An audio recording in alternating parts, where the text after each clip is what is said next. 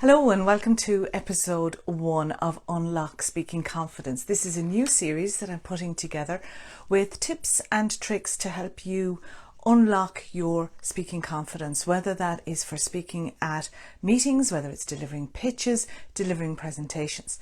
And as the weeks go on, I will be focusing on different areas, and I'd love if you had any comments or questions that you have as well that you can contribute, so that I will be able to answer those for you.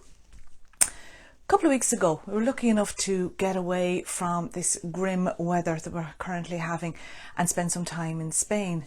And we spent a few days in the city of Valencia, my first time being there. And we have a habit every time we go to a new city that we do the walking tour. It's a great way to get to know the area. Very often it's a local who's delivering the tour.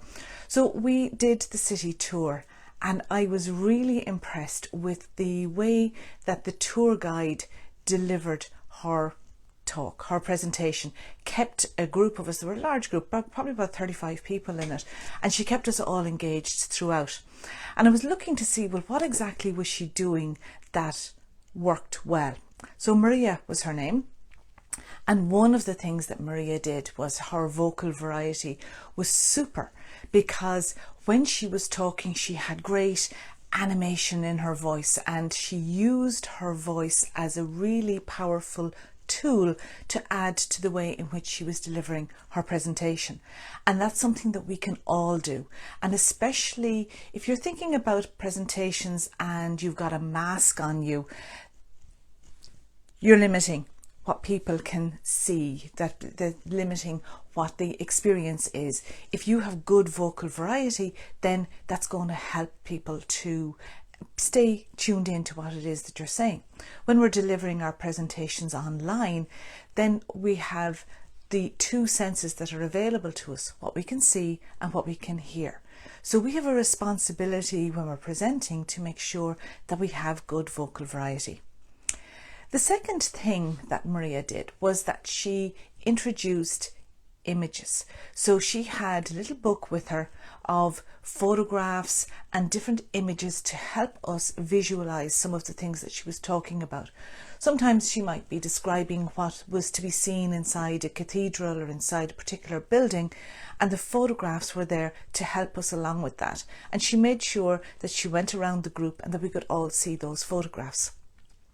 So it's the same when you're delivering a presentation, that what visual aids are you using? For most of us, it's slides. So if you're using slides, you've got your slide deck, your PowerPoint that's there.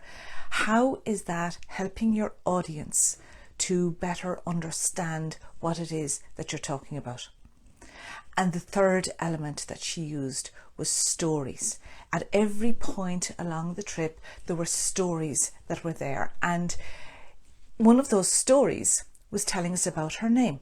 She was talking about one of the statues. The statue was of the Virgin Mary, and it was called Mary Dolores, and that she was saying that a lot of women in Valencia have the name Maria Dolores. She has herself. So has her mother, her grandmother, and her great-grandmother. And she told us the story behind it and made it personal. And that helps me, a number of weeks on, to remember her name. So stories are a great tool that we can use to make our presentations more memorable. So a few quick tips there to get us started in session 1. I'm going a little bit wobbly on there. Problem with the tripod. Needs to be sorted out before the next session.